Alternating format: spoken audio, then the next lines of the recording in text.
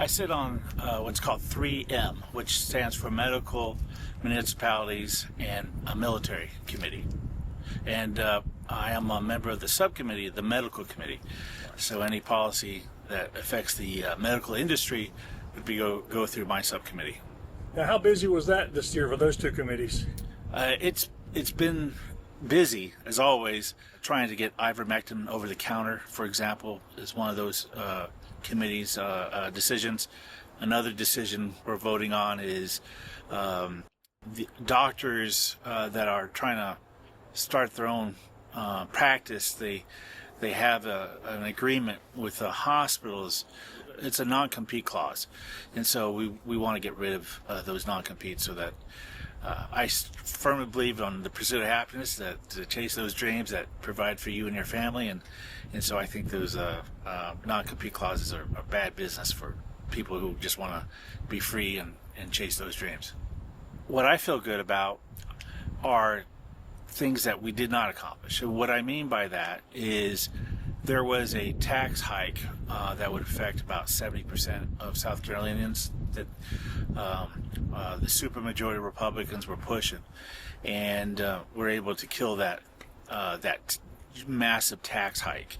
The other issue I remember what I'm very proud of is the health czar bill, where we had an unelected bureaucrat given emergency powers so if you didn't want to wear a mask or get the injection, he was given the authority to law enforcement to assist in to confine, detain, administer those things to you.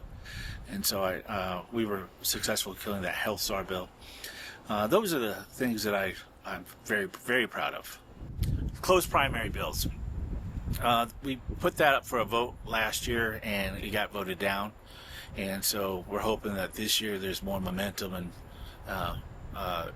to get the primaries closed. Why did it get voted down? I've had conversations with other representatives who firmly believe that they wouldn't be in office if the other parties like Democrats were not allowed in their primaries. So they feel strongly that to stay in office, they need those primaries open. Where would that leave independents, though? I mean, that was my question. I'm just asking because I don't know. Well, I think at the end of the day, the party has a platform, and we have a package of items that we want to see advanced, and the party wants to select their nominees. And so for independents, feel free to vote in the general election in November. But when it comes to party nominations, that's for the party to decide in June. We have twice the amount of roads, state roads, than Georgia. Our roads are, as everybody knows, in bad shape. And so what I have done along with my conservative colleagues is looked at other states that have been doing a great job with the roads and see what's working for them. And we found things such as on Department of Transportation leadership, a lot of them were hired based on merit, not political appointees like we do. They have a great, fantastic program on road preservation.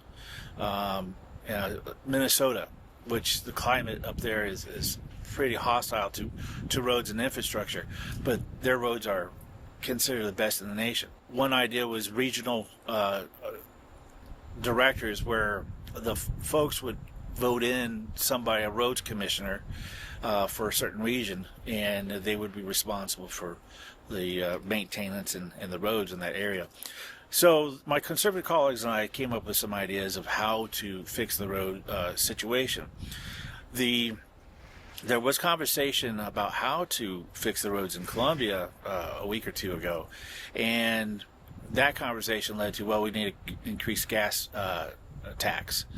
And I really hate that idea because last year We talked about the daycare centers in Minnesota and the fraud that was going on.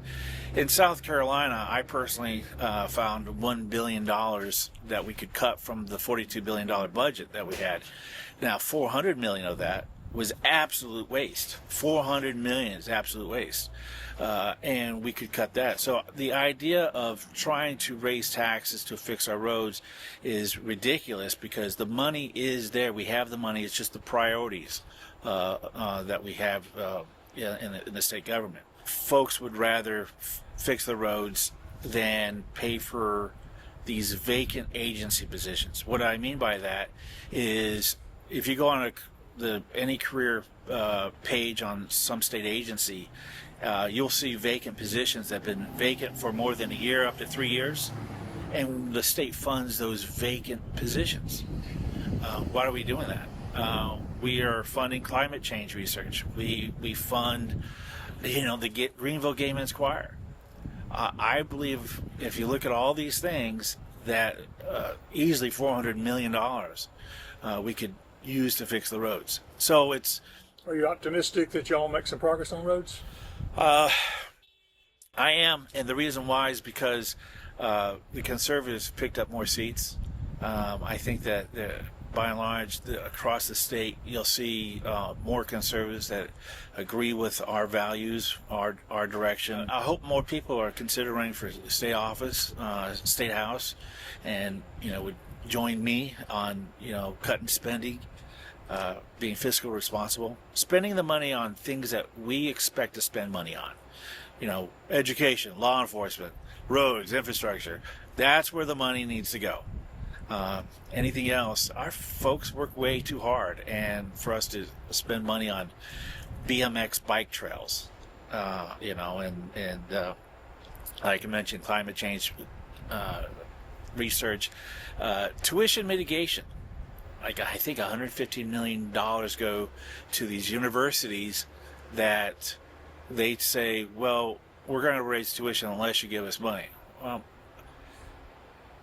a lot of these classes, I remember one class I saw was the Taylor Swift studies, and I just don't see why our families need to pay for that for somebody. I'm in favor of school choice. I want the tax dollar to follow the child.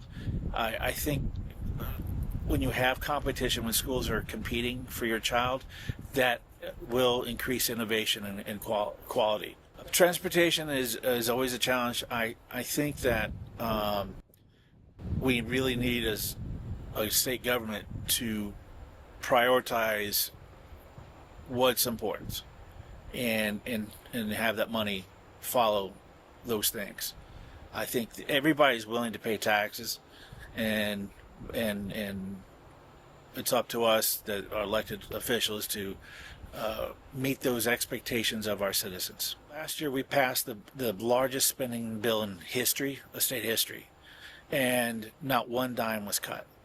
I am sick and tired of our families being treated like a ATM for politicians' pet projects. We need to stop the spending and reprioritize it. Law enforcement is never fully funded. The foster care programs is never fully funded.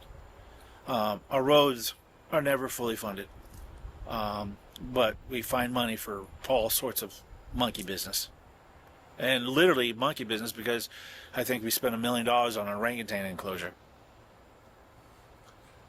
And one thing that plays into that, what about senior citizens? Would you be in favor of raising the homestead exemption amount? So. Oh, absolutely. And I think that's on the table currently for $100,000. Yes.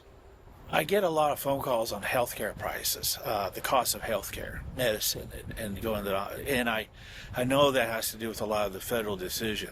And so I met with Congresswoman Biggs 2 days ago to convey the sentiment of my voters that, like, this healthcare is just getting worse and worse. I believe in free market and free people. I think that government makes everything a lot more expensive. That's another conversation with the Medical University of South Carolina in its role. They are getting into practicing medicine, and it's becoming an entity that's competing with other hospital systems. And if you're a private business and you're trying to compete against a government-backed entity, that's not fair. So it's making things a lot more expensive. So I'm House District 10, and it covers parts of Anderson County, Greenville County, and Pickens County. I am the northeastern side of Anderson County, the lion's share, and it's a good deal away from 30-minute drive to Anderson, and so security and law enforcement is a concern, and we need to make sure that these folks are paid adequately and sufficiently, because there's no really township in my house district, so there's no mayors and no city police. We rely on county police to rush out there, and so I would love to see law enforcement, not just funded but extra, so that our folks can feel safe going to the Walmart parking lot in the middle of the night if they get off work late. Yeah. I've asked some other members of the legislative delegation that you're part of about Act 388, and that really affects your district pretty severely. Yeah. I mean, because you're like the schools there are not properly funded because of Act 388. Our schools, I have to brag on them, do very well with what little they have, and it's an unfair. You go to Pickens County or Coney County, and those schools are funded so much more than the schools in Anderson School District 1, which I cover. My wish, if I had a magic wand, is to get rid of property taxes and income tax. And with the boom of free capitalism and free markets, we can probably fund our education. And but the thing is, we have to also have the self-discipline as politicians not to waste people's money. So yeah. Well, I am one of South Carolina's most conservative lawmakers, and it's not just social issues that I care about. I really am upset about the amount of wasteful spending that we have in South Carolina. I want people to know that if they pay taxes, that money is going to go to the things that they expect money would go to. I don't see why we should raise taxes. I don't see why we should spend more money on things that people wouldn't want to pay taxes on. So we really need a lot of fiscal constraint in Columbia. I tie taxes and the economy to freedom. So, for example, if you want the freedom to go on a vacation or to have dinner or to go somewhere, you need money. And if you have less money, you're less free to do those things. And so I'd love for people to have more money to be more free. And if somebody has questions for you or is in your district and needs something, how can they contact you? My email is thomasbeach@schouse.gov. And of course, I have social media, my campaign Facebook page, Thomas Beach, Rep Thomas Beach. Yeah. And I have Twitter, Thomas Beach.